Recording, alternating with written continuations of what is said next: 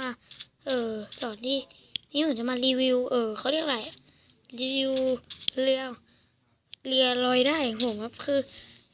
ผมจะเอาลอยสูงๆไงแต่ปรากฏว่าเรือไม่ใหญ่เกินเห็นปะเรือมันใหญ่เกินจนแบบมันมันมันไม่ใหญ่เลยเนี่ยมันต่ำแค่นี้ผมสร้างกับน้องผมครับผมยอมรับเลยว่า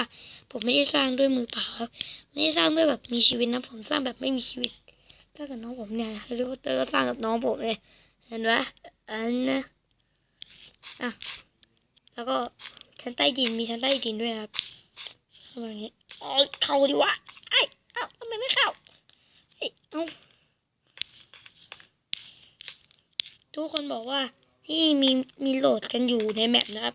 ก็มีโหลดอะไรครับผมนี่ครับผมเอามาวางไว้ตรงนี้นี่ผมเอามาไว้อีกเซิร์ฟหนึ่งนะครับได้ให้พี่สาวผมเปิดเซิร์ฟไว้ค้างไว้ตรงนั้นน่ะนั่นแหละเปิดเซิร์ฟค้างไว้แล้วพวกผมก็ทำตามกันมาเนี่ยแหละครับผมกับน้องก็ทำตามกันมาเนี่ยครับจนได้แบบเนี้ยของในเรือก็มีครบหมดทุกอย่างวันนี้ก็ไม่มีอะไรครับแค่จะมาอวดเฉย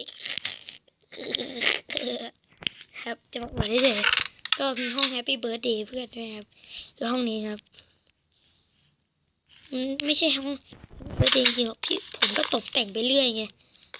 เห็นไหมโอเคครับนี่ก็เป็นทองข้างในไม่ได้เหรออย่าเพิ่งมากวนถ่ายคลิปอยู่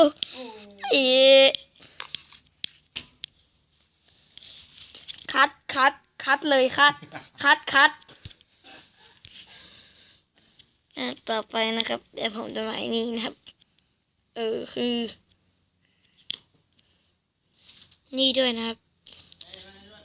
พอละนะครับพอละโอเคครับสำหรับวันนี้ก็ต้องขอลาไปก่อนครับสวัสดีครับผม